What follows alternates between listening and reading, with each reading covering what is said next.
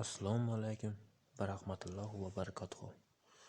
Oyat ma'ruzalar kanaliga xush kelibsiz. Videolarimiz keng tarqalishi uchun like bosishni unutmang. Bismillahirrahmanirrahim. Alhamdulillahi robbil alamin. Wassalatu wassalamu ala khayri xalqi Muhammadin va alihi washabihi ajma'in. Assalomu alaykum va rahmatullohi ta'ala va barakatuh.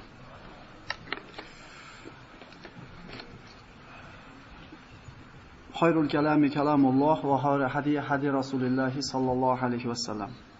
So'zlarning eng yaxshisi Allohning so'zi va yo'llarning eng yaxshisi Muhammad alayhisolatu vasallamning yo'li. Siz bilan bizni mana shu Rasululloh sollallohu alayhi vasallamga ummat qilgan Alloh subhanahu va taologa hamd sanolar bo'lsin. Va mana shu jami masjidda siz bilan bizni Allohning kalomini o'rganishlikda, Allohning kitobini ustida jamlagandek, Rasululloh sollallohu alayhi vasallamda suhbatida ham bizni jamlagan bo'lsin. Amin. O'tgan safargi suhbatimizda siz bilan biz mana payg'ambarlarning eng ulug'laridan bo'lgan Ibrohim Halilullohning qissasini gaplashib tugatgan bo'ldik. Mana 3 yoki 4 suhbatda Ibrohim alayhisalom qissasini o'rgangan bo'ldik va bir qancha xulosalarni olgan ham bo'ldik bu narsadan. Mana shu bugungi suhbatimizni, bugungi payg'ambarning tarixini gaplashishdan avval ana shu Ibrohim alayhisalomning qissasidan olingan xulosalarni bir qator takrorlab qo'ysak, inshaalloh foydadan xoli bo'lmaydi. Ibrohim alayhisalom mana aytdik, tavakkulchilarda, mutavakkillarda ustozi deb aytdik. Ya'ni tavakkul, Alloh taologa suyanishlik qanday bo'lishligini Ibrohim alayhisalomning hayotida bir necha o'rinlarda kuzatgan bo'ldik. Alloh taolo Qur'onda marhamat qildi va Ibrohimallazi vaffa. U vafo qilgan Ibrohim edi dedi. Har bitta o'rinda Alloh taoloning buyrug'iga Ibrohim alayhisalom vafo qildi. O'zini qurbon qilishlik kerak bo'lganda vafo qildi. Ana shu 85 ga kirganda ko'rgan bir dona bolasini ana shu xotini bilan Bakka vodiysiga qo'yib kelishlikka buyurilganda vafo qildi. Ana shu bir dona ko'rgan bolasini qo'li bilan so'yishlik buyurilganda vafo qildi. Ka'ba qurishlikda buyruq kelganda unga vafo qildi. Va Ibrohim allazi vaffa deb Alloh taolo hech qaysi bandasi bunday qilib maqtagan emas. U vafo qilgan Ibrohim edi. Tavakkulchilar ustoz deb atay Ibrohim alayhisalomda. Tavakkul nima edi? Tavakkul inson o'ziga bog'liq bo'lgan hamma sabablarni qilib turib bir ishda natijasi haqida g'am qilmaslik bu tavakkul deb aytdik.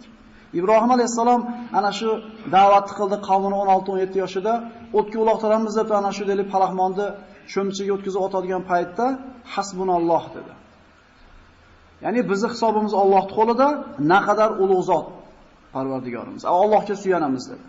Bunaqa bandasini himoya qilgani farishtalar Allohdan izn so'radi, lekin Alloh taolo bunaqa bandasini hatto farishtalarga ham hojatini tushirib qo'ygani yo'q. Qulna ya naru kuni bardan va salaman ala Ibrohim. Ey Ibrohim, o'tga sovuq bo'ling, salomat bo'ling. Tavakkul bobida Hojar onaning gapini eslashligimiz joiz bo'ladi. Ana shu qo'lidagi emizikli bolasi bilan hech qanday o'simlik, hech qanday bir hayvon, hech narsa bo'lmagan Bakka vodiysiga cho'lga tashlab ketayotganda, "Ey Ibrohim, yo Alloh buyurdimi bu sizga bu buyruqni?" deganda, "Ha" deb javob berdi. Shunda Hojar ona gapirdi. "Izan lan yuzayyana." Alloh bizni zoyi qilmaydi unda dedi. Shart orqasiga qarab qaytdi. Allohga bu darajada qattiq suyagan bandalarni Alloh taolo mukofotini kuttirmagan. Biz ham tavakkul qilamiz Allohga.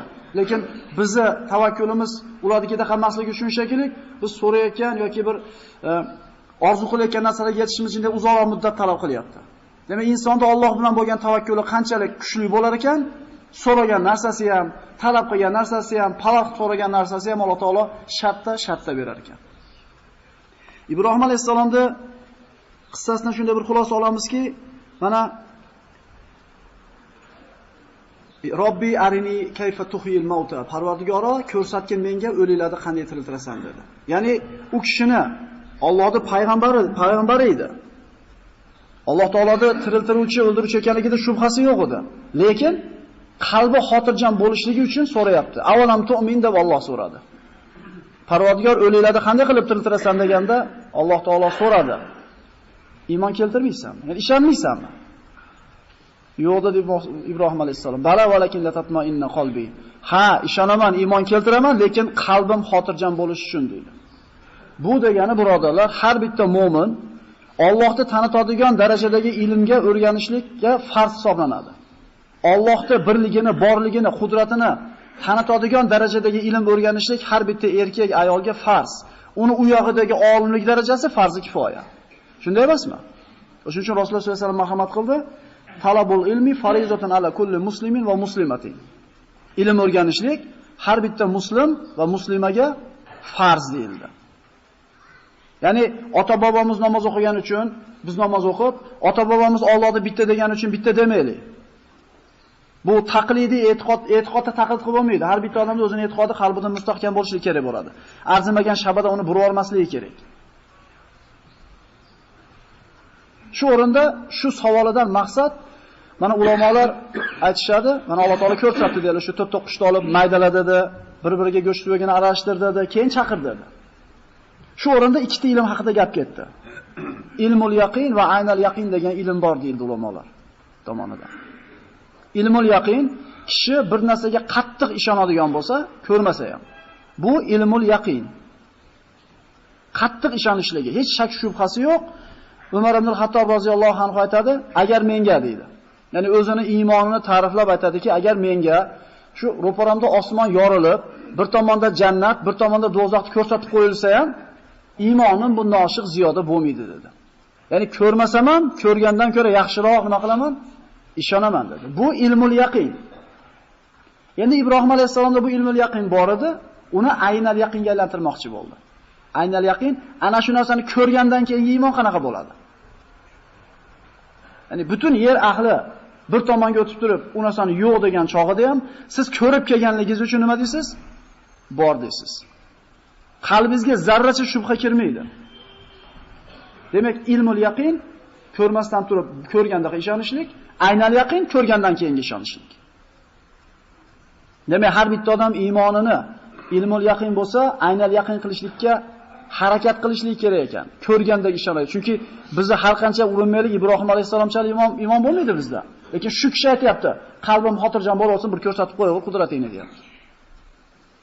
Ana shuning uchun Ibrohim alayhisalomning kitoblarida nimalar bor edi ya Rasululloh deb so'rashganida Rasululloh hammasi ibrati deb turib bir qancha ibratlarni keltirdi. Allohning qudrati haqida fikr yuritadigan bo'lsak, insonni dedi, mana Ibrohim alayhisalomning sahifalarida keltirilgan so'zlardan soatlari bo'lish kerak. Qanaqa soatlari? Alloh taoloning yaratgan mahluqotlari haqida fikr yuritadigan soatlari. Agar fikr yutmas ekanmiz, mana shu tijoratimiz bilan, dunyoviy g'am tashvishimiz bilan, kallamiz bilan kirib ketadigan bo'lar ekanmiz, Alloh taoloning qudrati haqida fikr yuzmasak, iymonimiz ziyoda bo'lmaydi. Alloh taolo aytadi: "Inna fi xalqis samawati val ardi va ixtilafil layli van nahar la ayatin li ulil albab." Oysha onamiz kunlarda birida Rasulullohning oldiga keluvdi. Rasululloh sollallohu alayhi vasallam shunday soqollari ho'l bo'lib ketgan darajada yig'lab, ko'zlari ishib qizarib turgan edi. "Ya Rasululloh, nimcha yig'ladingiz? Nima yig'latdi sizni bunchalik holga tushirdi?" deganda, "Ey Oysha," dedi, "menga shu tunda shunday oyatlar nozil bo'ldiki, mana shu oyatlarni o'qib turib, Allohning qudrati haqida fikr yuritmaydigan kishilarga voy bo'lsin," dedi. Mana shu oyatni o'qidi. Albatta, osmonni yerda yaralishida, kun bilan tun almashib turishligida aql egalari uchun Allohning qudratini tanitadigan alomatlar, belgilar bor dedi.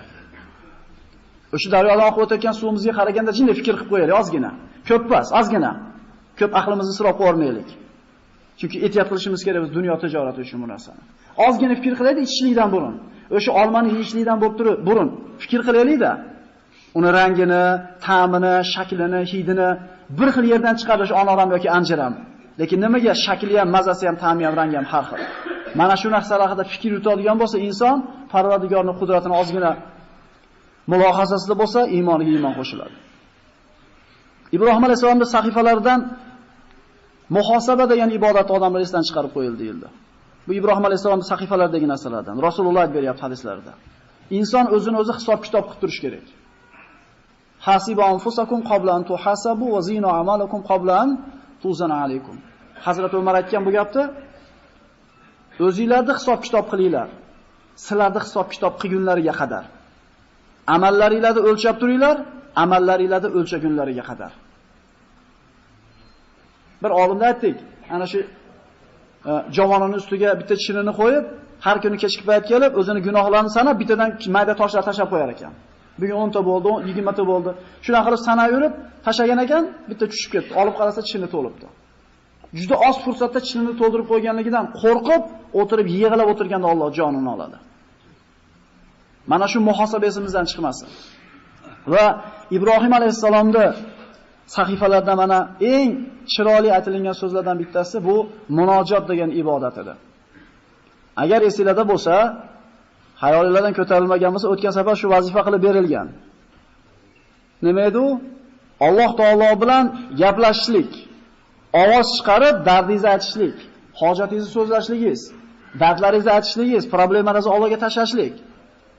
Qilib ko'rdinglarmi? Esga kelmadimi? Buni haqiqatan qalbidan Alloh bilan gaplashgan inson mazasini tushungan bo'lsa, endi unga boshqa ikkinchi marta aytish hojati yo'q. U bir marta topib oldi u mazani. Inson albatta kimgadir yorilib turish kerak, shunday emasmi? Ha? U eshitayotgan odam unga foyda keltiradimi, keltirmaydimi? Faqat ishidagi dardini tashqariga chiqarib olsa-la maza qilaveradi. Shunday emasmi?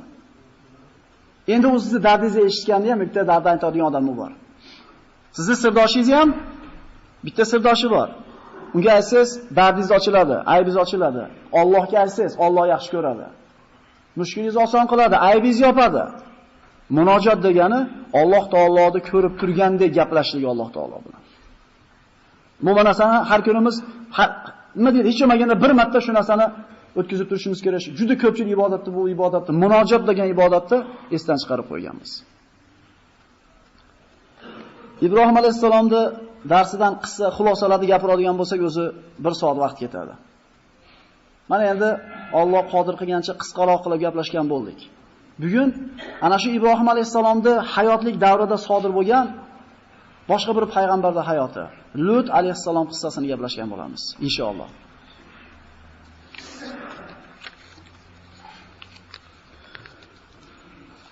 Bismillahirrohmanirrohim. Lut ibn Xoron ibn Tarix. Ibrohim alayhisalom ana shu Tarixni o'g'li. Ana shu Tarixni Ozar deyiladi mana laqabi. Yana bitta o'g'li Xoron. Demak, Lut alayhisalom Ibrohim alayhisalomning akasini yoki ukasini bolasi. Lut alayhisalom Ibrohim alayhisalomga jiyan bo'ladi. Jiyani bo'ladi.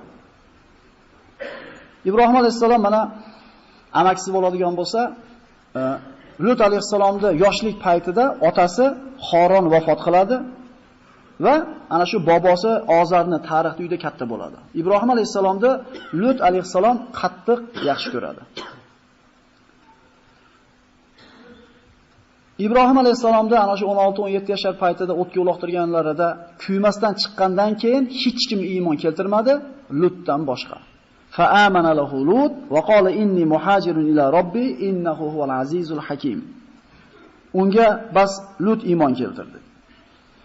Lut alayhisalomning qissasini gapiradigan bo'lsak, bu nihoyatda bir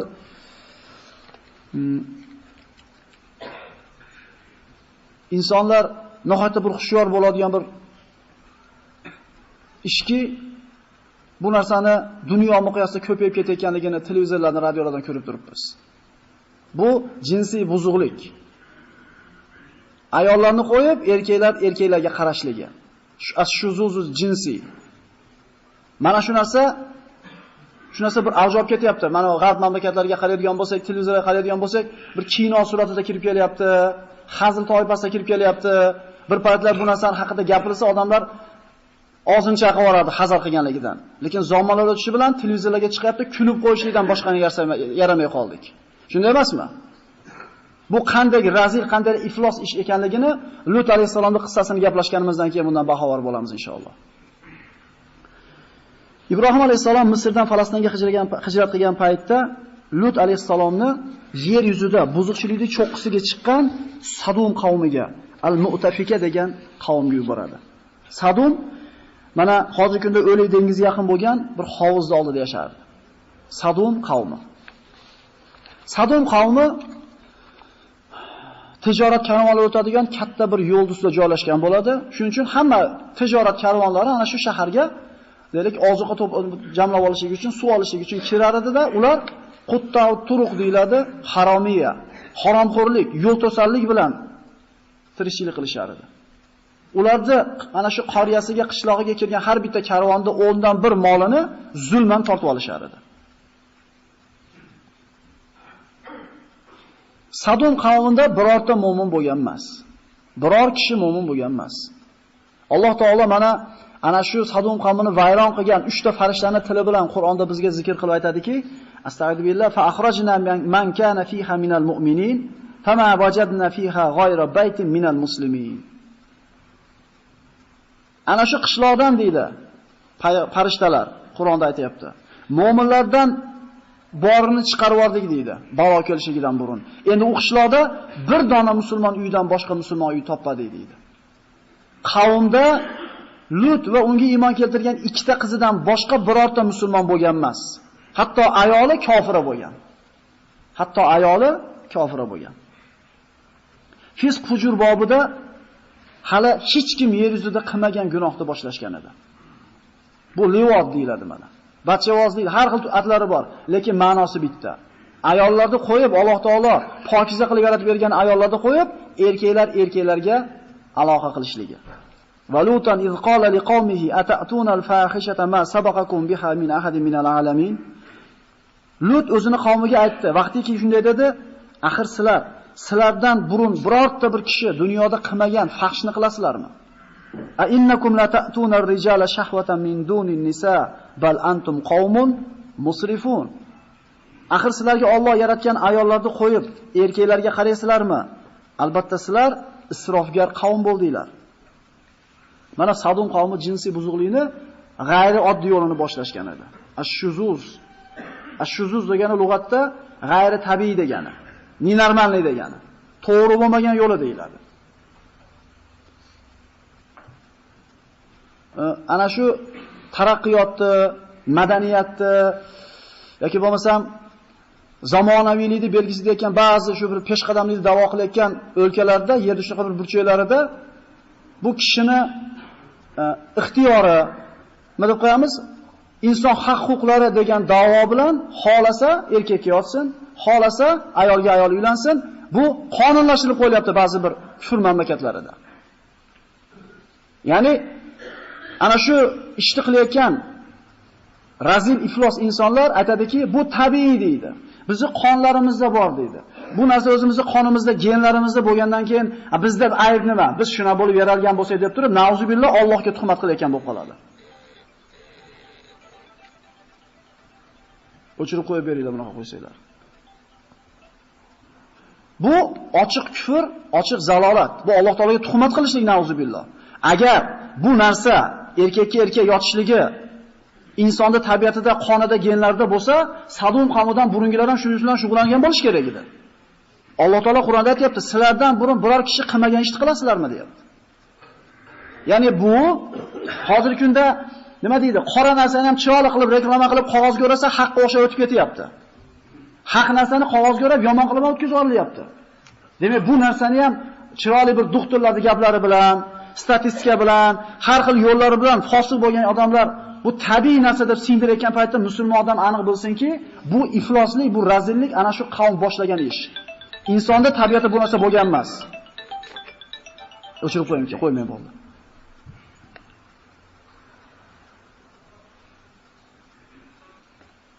Agar mana qaytaramiz gapimizni, bu insonda tabiatida bo'ladigan ish bo'lganida Sadum qavmidan burun kimdir buni nima qilgan bo'lish kerak edi? Qilgan bo'lish kerak edi. Ming afsus bo'lsinki, bu narsa madaniyat, taraqqiyot, kishi haq-huquqlari degan har xil da'volar bilan ko'payib ketyapti dunyo miqyosida. Lekin musulmonlar xushyor bo'lishi kerak bu narsadan. Bu shunday iflos razil ishki, qavmlar vayron qilingan bo'lsa, ularda asarlari, belgilari qolgan yerda betida. Od qavmi maskanlari turibdi, Samud qavmi maskanlari turibdi, lekin bu qavmda Alloh taolo yer tagiga tiqib tashagan ko'mib. Toki bu maraz yerda betiga qaytib chiqmasin degan ma'noda. Mollarda kasal bo'ladi, sibirskiy yazva degan va boshqa. O'shaqa bo'lib kasal bo'lgan molni o'ldirib, kuydirib, kulini 7 metr chuqurkalar beton qilib, ustiga turpoq tortadi. Shunday emasmi? Ya'ni chiqib ketmasin degan ma'noda bu razil kasaldi.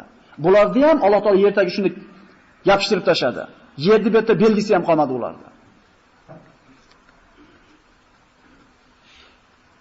Agar bu narsa odamlar genlarida bo'lganda, odamlarda tug'ma bo'lsa, Sadumdan burungilarda ham bu ish bo'lgan bo'lish kerak edi. Lekin hech kimda bo'lgan emas bu ish. Alloh taolo ana shu farishtalar bilan aytadi: "Qalu inna ursilna ila qaumin mujrimin illa ala lutin inna lamunajjuhum ajma'in." Albatta biz mujrim bo'lgan qavmga yuborildik. Ularda hammasi mujrim edi, faqat Lut oilasi. Albatta biz ularni barchasini saqlab qoldik. Lut alayhisalomning tili bilan Alloh taolo aytadi: "Atatuna az-zukrana minal alamin wa tadharuna ma khalaqakum lakum robbukum min azwajikum bal antum qaumun aadun." Axir sizlar erkaklarga yotasizlarmi? Alloh sizlarga pokiza qilib yaratgan juftlaringizni qo'yib, erkaklarga qaraysizlarmi? Sizlar haddinglardan oshgan qavm bo'ldinglar. Sadum ayollarga qaramasdan faqat erkaklar bilan shug'ullangan odam bo'lib kelgan. Birorta toza odam bo'lgan emas. Allohning rahmati bo'lsin Lut alayhisalomga. Mana shunday qavmni da'vat qilgan ekan. Alloh taolo bu razil, iflos amalni qanchalar yomon ko'rganini juda ko'p oyatlarda bayon qilgan va bizni bu narsadan ogohlantirgan. Va Lutan iz qala liqaumihi atatuna al-fahishata va antum tubsirun. Bu qavmni fosilga shu darajada ediki, bu iflos ishini yashirishmasdi ham. Ya'ni bir odam o'zini ayolga yaqinlik qiladigan bo'lsa, u nechi parda, nechi bir ehtiyotkorlikdan keyin eshikni yopib pardani to'sib qilinadigan ish bu. Bular bu iflosligini oshkora qilishar edi. Ko'chalarda qilardi, hammani oldi qilishar edi. Axir sizlar bu fahshni ko'rib turgan holda qilasizlarmi? A innakum lata'tuna rijala shahwatan min dunin nisa bal antum qaumun tajhalun. Yana bu qavmni razilliklardan yana bittasi shuki, Qur'onda qanandaqa yomon sifat bo'lsa, hamma sifat shu qavmda jamlangan. Bir qavmda fasiqun jahilun kelgan bo'lsa, bir qavmda adun, kafirun, musrifun kelgan bo'lsa, Qur'onda qanandaqa bir qavmda Alloh taolo yomon sifat bilan sifatlagan bo'lsa, shu sifatlarda hammasi Sadum qavmida jam bo'lgan. Mu'tadin, mufsidin, musrifun, mujrimin, kafirin, jahilun, mufsidin, zolimin, 7 ta sifat. Hech qaysi qavm bunchalik unvonga ega bo'lgan emas.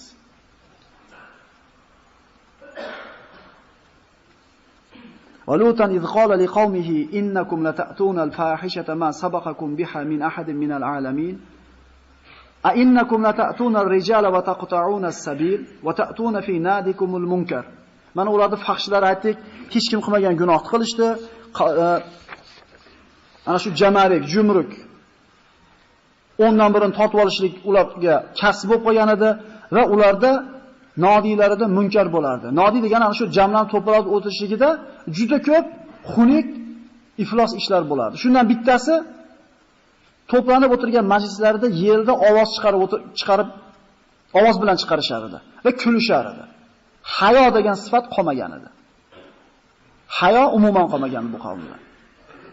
Kazzabat qawmu Lutinil mursalin iz qala lahum akhuhum Lutun ala tattaqun inni lakum rasulun amin fattaqulloha va ati'un va ma as'alukum alayhi min ajr in ajriya illa ala robbil alamin. Avvalgi payg'ambarlarning aytgan so'zlarini ayni o'zi. Lut payg'ambarlarni yolg'onchi qildi. Lut qavmi. Payg'ambarlarni deyilyapti. Axir Sadum qavmiga bitta payg'ambar kelgandi-yu. Nimaga Alloh taolo payg'ambarlarni, elchilarni yolg'onchi qildi deyapti? Bitta payg'ambarni yolg'onchi qilishlik hamma payg'ambarni yolg'onchi qilishlik bilan barobar. La nufarriqu bayna ahadin min rusuli. Biz iymonimiz u. Payg'ambarlardan birortasini ikkinchisidan nima qilmaymiz? Ajratmaymiz. Bitta payg'ambarni inkor qilishlik hamma payg'ambarni inkor qilishlik bilan barobar bo'ladi. Men sizlarga ochiq payg'ambarman. Allohga itoat qilinglar, undan qo'rqinglar. Bu qilayotgan ishim uchun sizlardan ajr so'rayotganim yo'q. Meni ajrim Robbil alaminning zimmasida. Ya'ni avvalgi payg'ambarlardan ayni gapi. Lekin bu qavmning ham o'zini payg'ambarga bergan javobi ham aynan shu boshqa avvalgi qavmlarning gapi. Fama kana javoba qawmihi illa an qalu tina bi azabillah in kunta minas sodiqin. Agar rostgo'ylardan bo'lsang, qani apgacha o'sha baloyini ko'raylikchi. Men ko'rgan narsamga ishonaman. Deydigan esli odam fikr qilsin. Ko'rganiga ishonishlik hayvonlarga xos sifat. Ko'rmagan narsasini aqli bilan istab topib ko'rishlik bu insonga xos sifat. Ko'chada turgan itga qarab, qovog'ingizni soling, so'king turaveradi u. Qachonki engishib yerdan bir toshni olganga o'xshab bir ishora qilganingizda, ko'rganda nima qiladi? Qochadi. Demak, inson ko'rganiga ishona oladigan bo'lsa, hayvondan farq qilmay qolar ekan. Endi bular so'layotgan balo kelgandan keyin ko'radi, lekin u ko'rishligini ilmi asqatadimi ularga? O'sha yoqqa boraylar, shunda ko'ramiz nima bo'lishini. Deyotganlar baholiga maymun yig'lasin. Chunki u yerda ko'rganingni senga asqatmaydi foydasi. Ilmi foydasi bo'lmaydi. Mana Nuh, Od, Samud qavmlarining hammasini aytgan gaplari ularda ham takrorlandi. Valaqad anzarahum batshatana fatamaru bin nuzur. Payg'ambar ularni bizning azobimizdan ogohlantirdi, lekin ular yolg'on deydi bu narsani. Mana aytdik, bir zamonlar bo'lar ekan, fahsh, munkar ma'rufga aylanib qolar ekan. Ma'ruf munkarga aylanib qolar ekan. Ya'ni yomon narsa bir zamon kelib yaxshiga aylanib qolyapti. Yaxshi narsa bir zamon kelib Fama kana jawaba qawmihi illa an qalu akhriju ala lutin min qaryatikum innahum unasun yatatahharu. Ayt qarang. Ular aytishdiki, Lut oilasini dedi chiqarib yuboraylar qishlog'imizdan. Ular pokiz odam bo'lib ketishdi. Ayt qarang. Pokizalik nima? Ayb bo'lyapti. Subhanalloh. Alhamdulillah, Alloh taoloning bir o'lchovi, Qur'on degan o'lchovi qiyomatgacha turar ekan. Biz Qur'onga solib ko'raveramiz har qanday ishda. Har qanday zamonda jamiyatda tarqayotgan, ko'payib ketayotgan, maqtalayotgan ish bo'lsa, biz Qur'onga solib ko'ramiz. Shunday emasmi? Bizda shunday o'lchov borki, qiyomatgacha o'zgarmaydi. Va yagona haq bo'lgan o'lchov bor. Solib ko'ramiz. Tushyaptimi? Demak yaxshi ekan.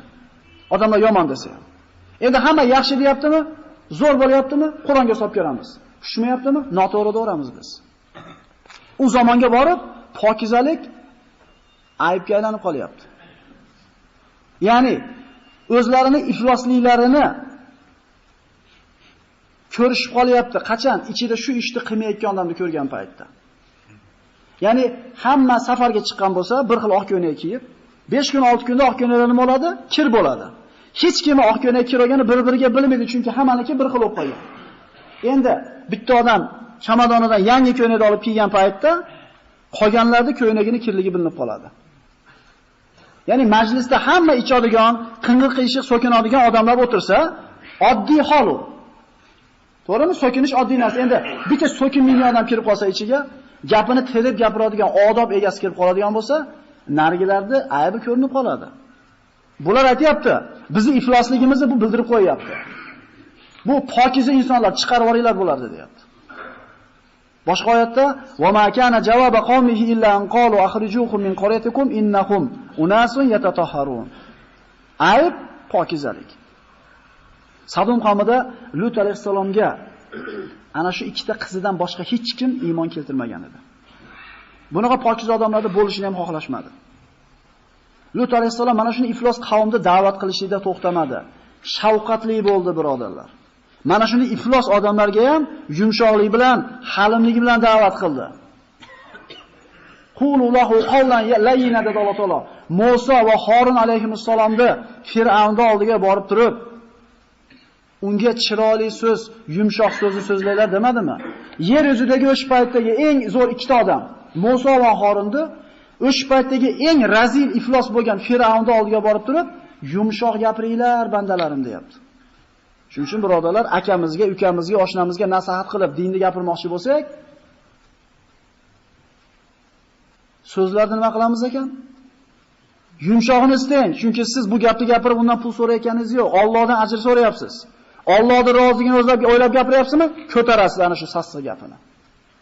Chunki Lut payg'ambar shunaqa iflos odamlarga yaxshi gapirgan ekan. Ud'u ila sabili robbika bil hikmati wal mau'izatil hasana. Parvardigoringiz diniga hikmat bilan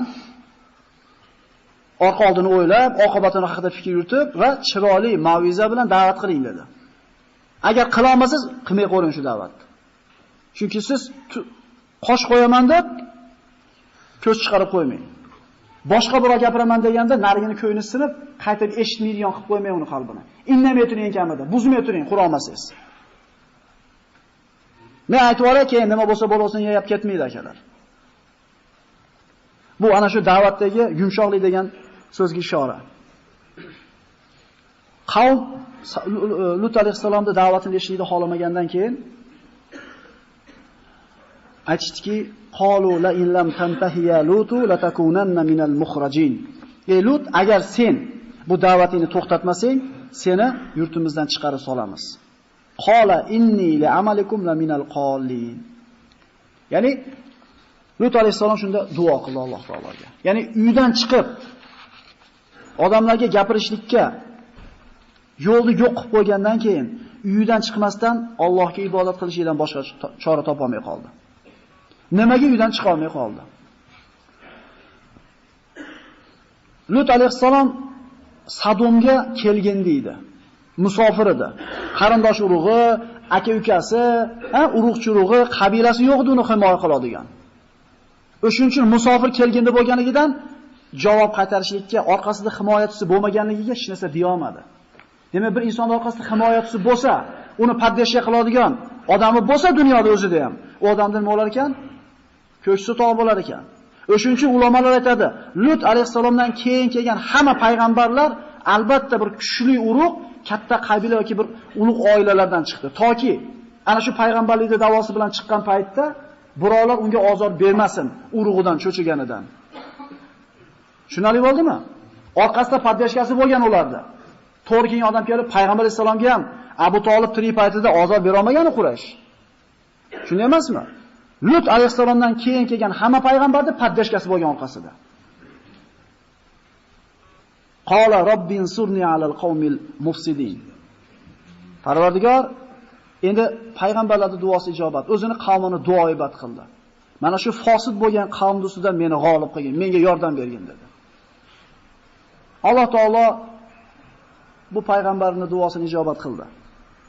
Va Jabroil, Mikoil, Azroil alayhisalom, ba'zi rivoyatlarda Isrofil alayhisalom ham bor edi deyiladi. Allohu a'lam. Lekin mana shu 3 ta farishta kelganligi haq. Bu 3 ta farishta Lut alayhisalomning qavmini vayron qilgani kelyapti, yo'lda kim oldiga kiradi? Ibrohim alayhisalomni Ishoq alayhisalomning tug'ilishi haqidagi xushxabarda aytgani kiradi. Ibrohim alayhisalomning oldiga bir dona o'g'li Ismoilni so'vorishga tayyorlanganini ko'rgandan keyin Alloh taolo tug'maydigan Soraonaga Ishoqni tug'ishligi va uni o'g'li Yaqubni tug'ilishligi va ikkalasi ham payg'ambar bo'lishi xabarini berdi. Bitta bolasini qurbon qildi, Alloh 3 ta mukofot berdi. 4 ta, agar to'g'ri aytadigan bo'lsak. Tug'maydigan xotin tug'adi bitta. Yaqub, Ishoq payg'ambar bo'ladi, 2 ta. Uning orqasidan Yaqub keladi, u ham payg'ambar bo'ladi. Bitta yaxshilikka Alloh taolo 4 ta yaxshilik qaytardi.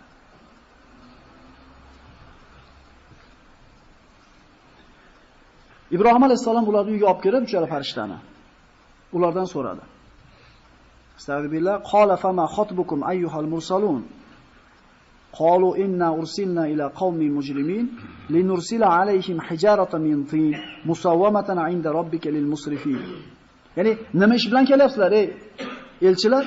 Aytishga albatta biz mujrim bo'lgan qavmga balo olib kelyapmiz. Ularga tindan bo'lgan, ana shu loydan bo'lgan, sopoldan bo'lgan toshlarni yog'dirgani kelyapmiz. Har bittasi ismi yozilgan toshlarni yog'dirishlik uchun kelyapmiz. Musawwamatan degan so'z bu yerda ta'siri berilibdi, muallama, ya'ni o'rgatilgan degan ma'noda ekan. Ana shu toshlarning har bittasiga qaysi odamni boshga tegib borib tegishligi yozilgan ismi deyilgan. Walamma ja'at rusuluna Ibrohima bil bushra qalu inna muhliku ahli hadhihi al qarya inna ahlaha kanu zolimin. Qarang, qanaqa yomon sifat bo'lsa Qur'onda, Alloh shu qavmni shu sifat bilan sifatlayapti. Ibrohimga bizni elchilarimiz xushxabar olib kelgan paytda farishtalar aytishdi. Albatta biz mana shu qoriya, mana shu qishloq ahlini halok qiluvchimiz, albatta bu qishloq ahli zolimlardan. Hech bir xalq o'zida bu yomon sifatlarni jamlagan emas hammasi. Sadum qavmi al-Mu'tafika ham deyiladi yana Qur'onda. Sadum insoniyat tarixida payg'ambarlarga ro'baro bo'lgan xalqlarning eng iflosi, eng razili bu Sadum qavmi bo'lgan. Ibrohim alayhisalom halim bo'lgan, yumshoq ko'ngil bo'lgan, kechirimli bo'lgan. Sadum qavmiga shafqat qilganligidan farishtalar bilan ozgina munoqasha qiladi, ozgina so'zlashadi. Aytadiki, axir Sadum orasida Lut bor, u yerga balo kelsa, Lut qanday u balo bo'layotgan joyda bo'ladi? So'radi farishtalardan. Agar dedi, o'sha qishloqda 300 ta musulmon bo'lsa, baloni yog'diraverasizlarmi dedi. Farishtalar agar 300 ta musulmon bo'lsa, u yerda balo bo'lmaydi dedi. Agar 200 ta bo'lsa-chi musulmon dedi. O'zi 3 ta odamdan boshqa musulmon yo'q u yerda. Lut va 2 ta qizidan boshqa musulmon yo'q. Yo'q umuman musulmon qavmdan. Agar 200 ta musulmon bo'lsa-chi, baloni yog'diraverasizlarmi? Yo'q, agar 200 ta musulmon bo'lsa ham balo yog'dirmaymiz. Ibrohim alayhisalom agar 40 ta bo'lsa-chi u yerda musulmon. 40 ta bo'lsa ham balo yog'dirasizlarmi? Yo'q, 40 ta bo'lsa ham balo yog'dirmaymiz. Demak, balo mo'min bor joydan, mo'min bor joyga, Allohning kalimasi zikr qilib turgan joyga kelmas ekan, buni tushunishimiz kerak. Agar 14 ta musulmon bo'lsa-chi dedi. Ya'ni qavmga muxlis so'rayapti Ibrohim alayhisalom. 14 ta bo'lsa ham balo tushirmaymiz. Agar bitta bo'lsa-chi dedi. Agar bitta mo'min bo'lsa, o'sha qavmga balo yog'dirasizlarmi dedi. Agar bitta mo'min bo'lsa ham balo yog'dirmaymiz dedi. U yerda Lut bor bo'lmasam dedi.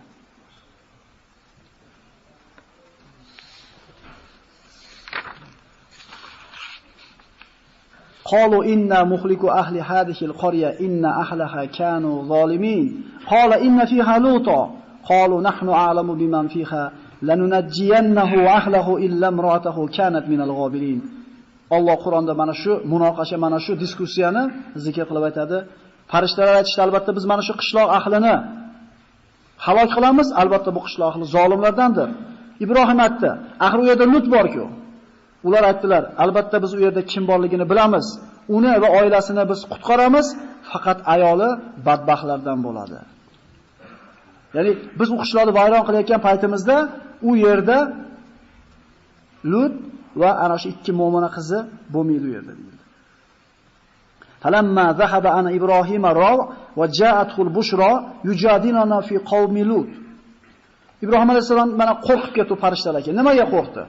U farishtalarning oldiga semiz bir bo'zakni pishirib olib kelib qo'ydi, hech qaysi qo'lini uzatmadi. Qo'rqib ketdi ulardan. Aytishdiki, qo'rqmang, biz Allohning elchilarimiz dedi.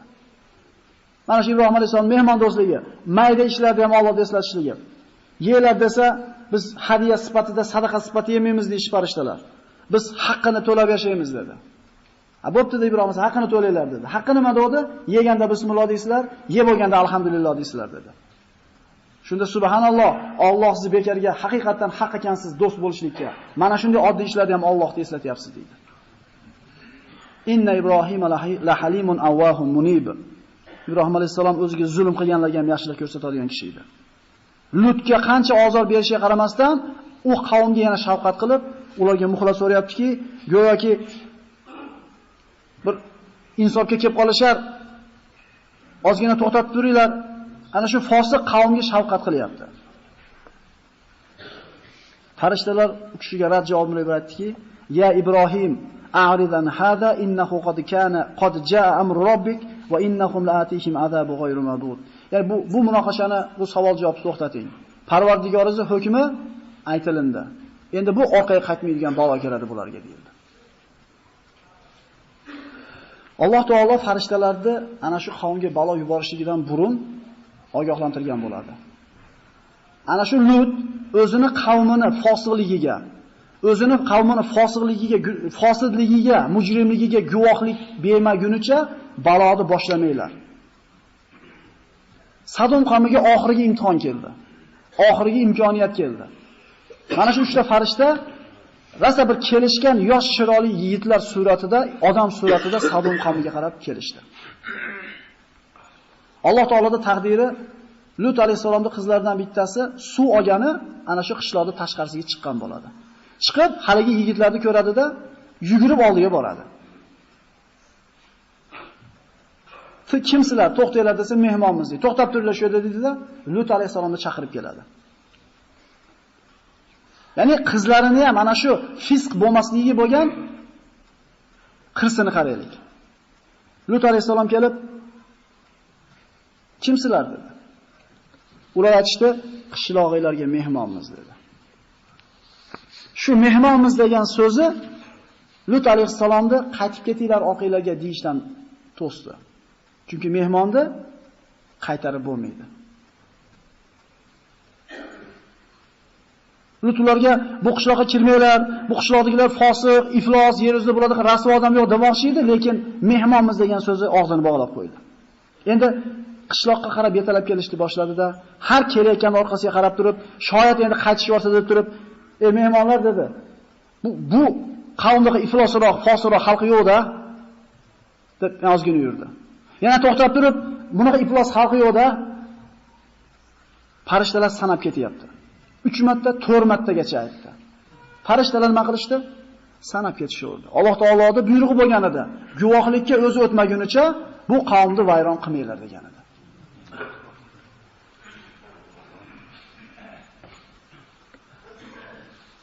Lut alayhissalom mehmonlarni uyga olib keldi va yashirmoqchi ham bo'ldi.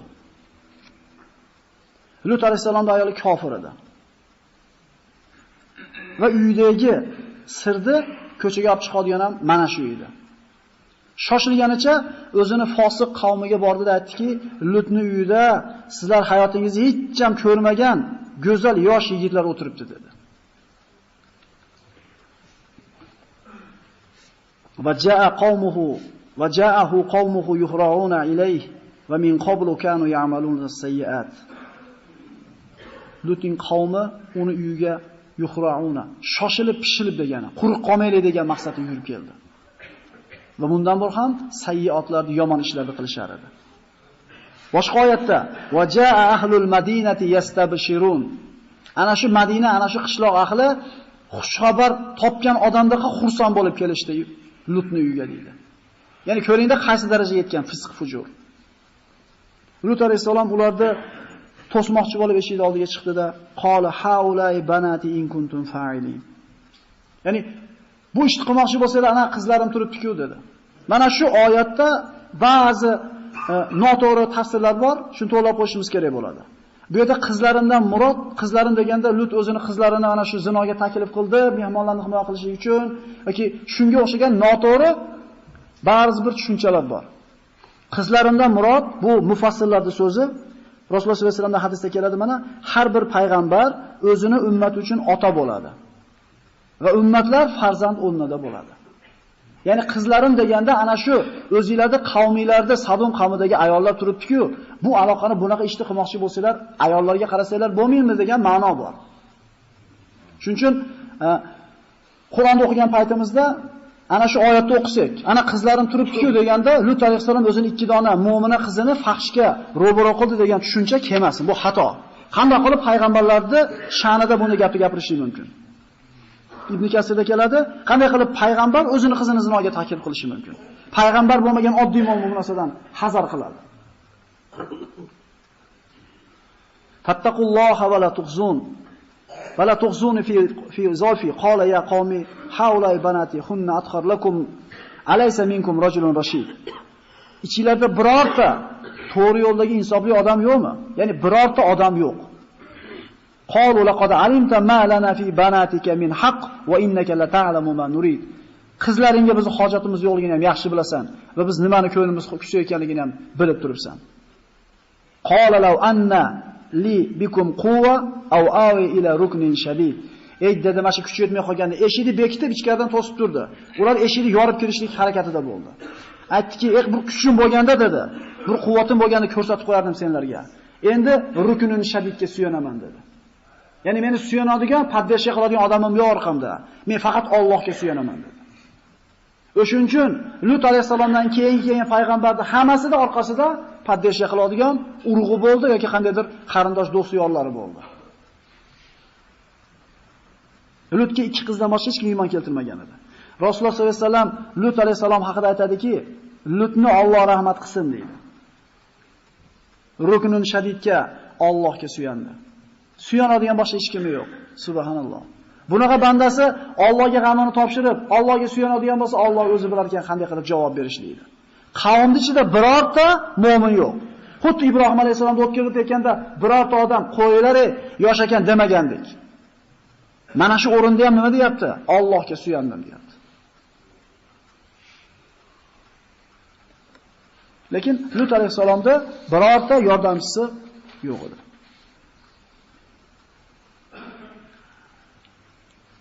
Qavm Lut alayhisalomni mehmon ko'chishlikdan ham man qilgan edi.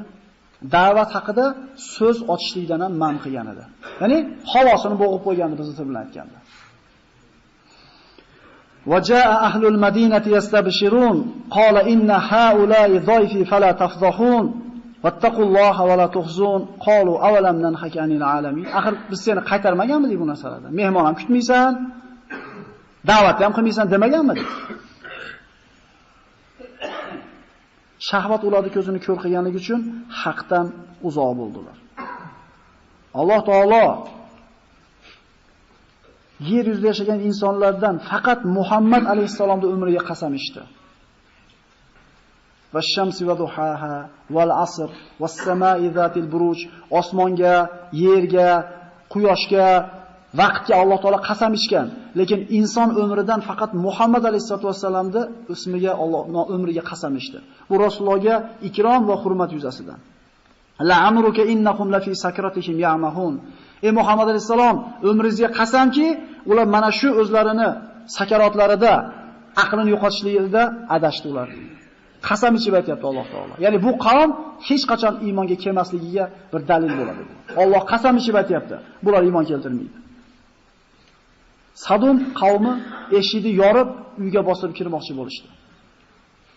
Shunda Lut alayhisalom to'xtab turlar, shoshmanglar dedi-da, ichkariga kirdi. Kirsa, bu 3 ta yosh yigit muammo to'g'ridan-to'g'ri ularga ta'sir qiladi. Shularda ular olamiz qo'limizga deb harakat qilyapti, lekin uchala mehmon jim, xotirjam, bezovta bo'lmasdan o'tirganini ko'rib hayron bo'ldi Lut alayhisalom. Ular mehmonmiz dedi, farishtalarga aytmagan edi. Qala innakum qawmun munkarun. Men tushunmayapman dedi. Men tanimayapman sizlarni. Nimaga bunaqa dedi? Qalu bal ji'naka bima kanu fihi yamtarun wa ataynaka bil haqq wa inna lasodiqun.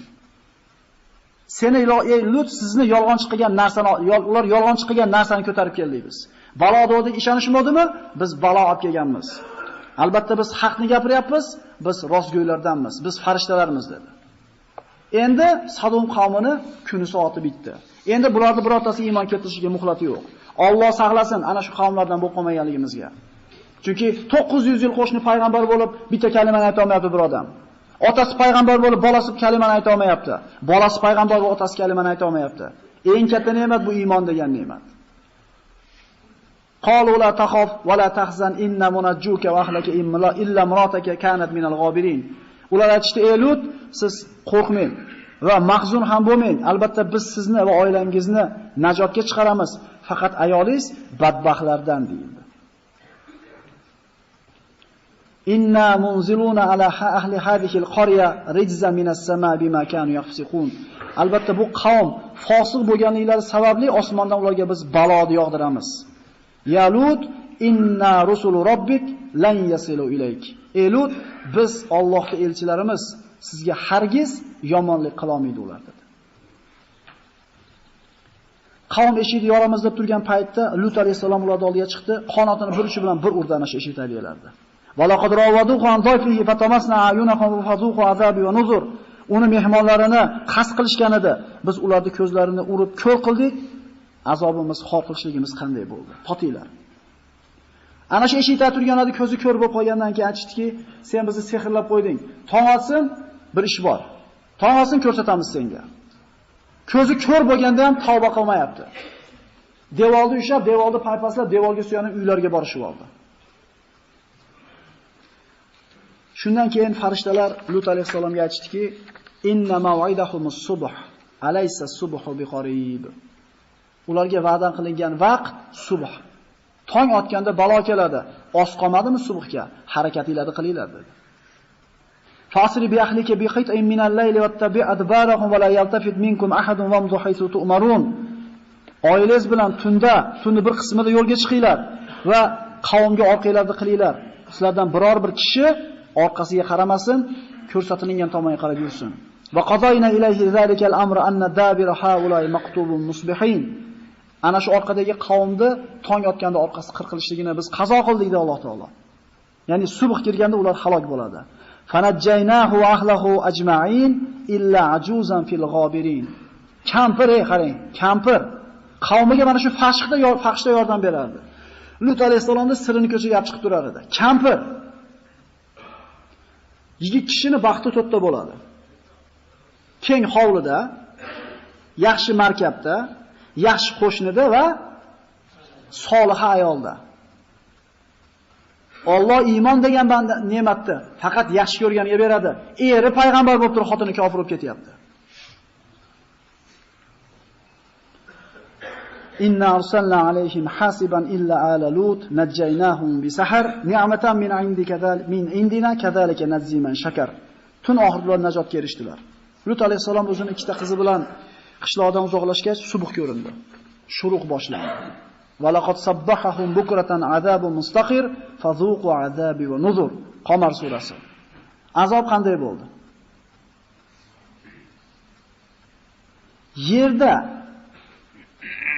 Yer yuzida yashab, kofir bo'lib, vayron bo'lgan xalqlar yer yuzida turganda balo kelgan ularga.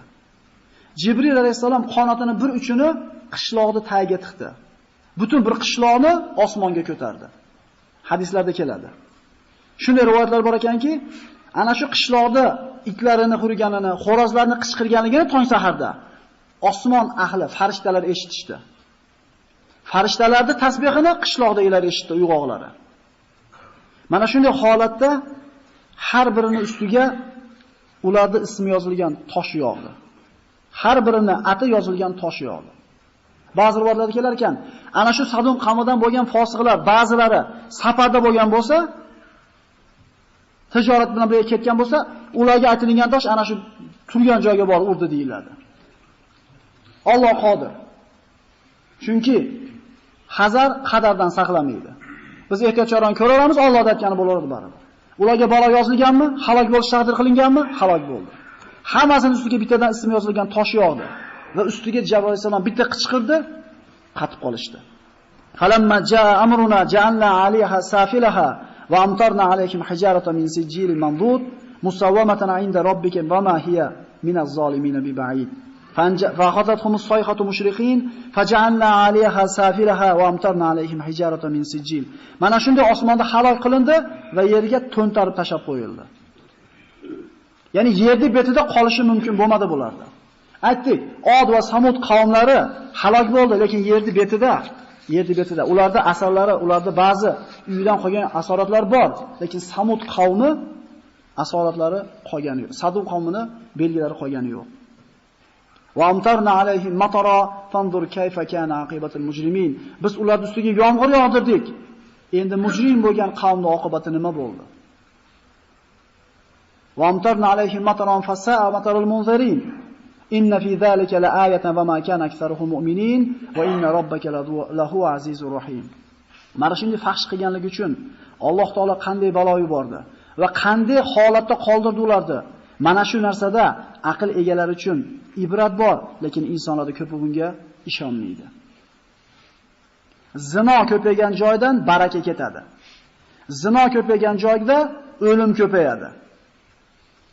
Istig'for ko'paytirilgan joyda yomg'irli bulut keladi. Alloh istig'for ko'paytgan bandaga farzandlarni, mol dunyoni beradi. Istig'forni ko'paytgan qavmda bog'irog'i yaxshi bo'ladi, daryolarda to'lib suv oqadi deb Alloh mukofotni va'da qilyapti. Va bunaqa fahsh bilan shug'ullanadigan bo'lsa, mana bunday balo keladi, deyapti. Ana shu televizorlarda ko'rayotgan yangiliklarda qarayapmiz, shamol olib ketyapti bir yerini, suv bosapti bir yerini. Birodarlar, jinni fikr qilmaymizmi? Alloh bandalarga mehribon, lekin bandalar o'z-o'zlariga zulm qilib qo'yadi. Hech qaysi bandaga o'zi so'rab, o'zi loyiq bo'lib qolmagunicha balo kelgan emas. Mana shu gunohdan ehtiyot bo'laylik.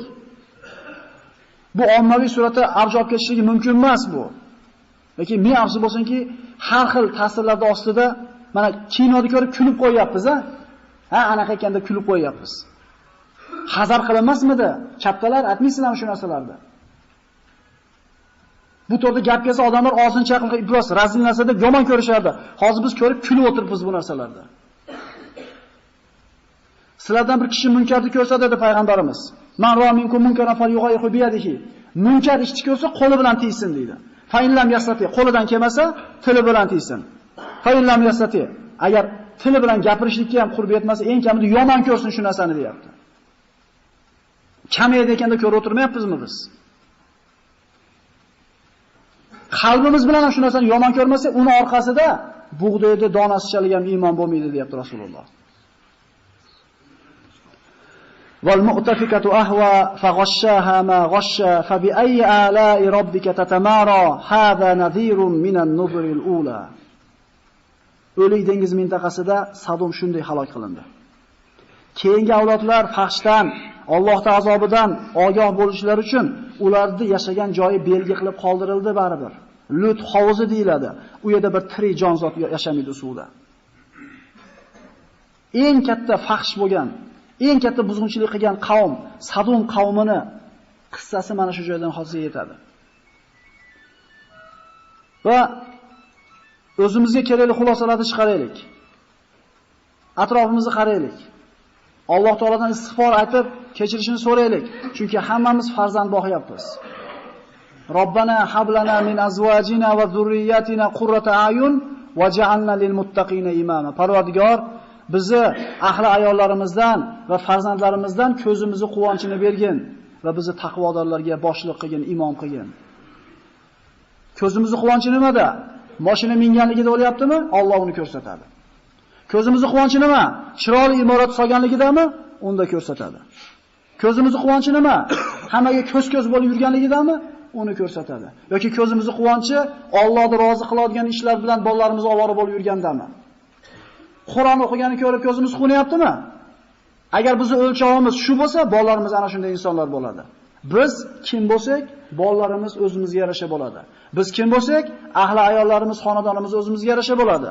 O'shuning uchun xotindan itoatni, ibodatni, taqvoni talab qilayotgan paytda, bolalardan bomdodni o'qib, Qur'on o'qib, ularni taqalayotgan paytimizda ozgina insof qilib, o'zimizga ham uraylik pishadi. O'zimiz kimmiz-u? Nimani talab qilyapmiz? Shuning uchun farzandlarimiz haqida duo qilaylik.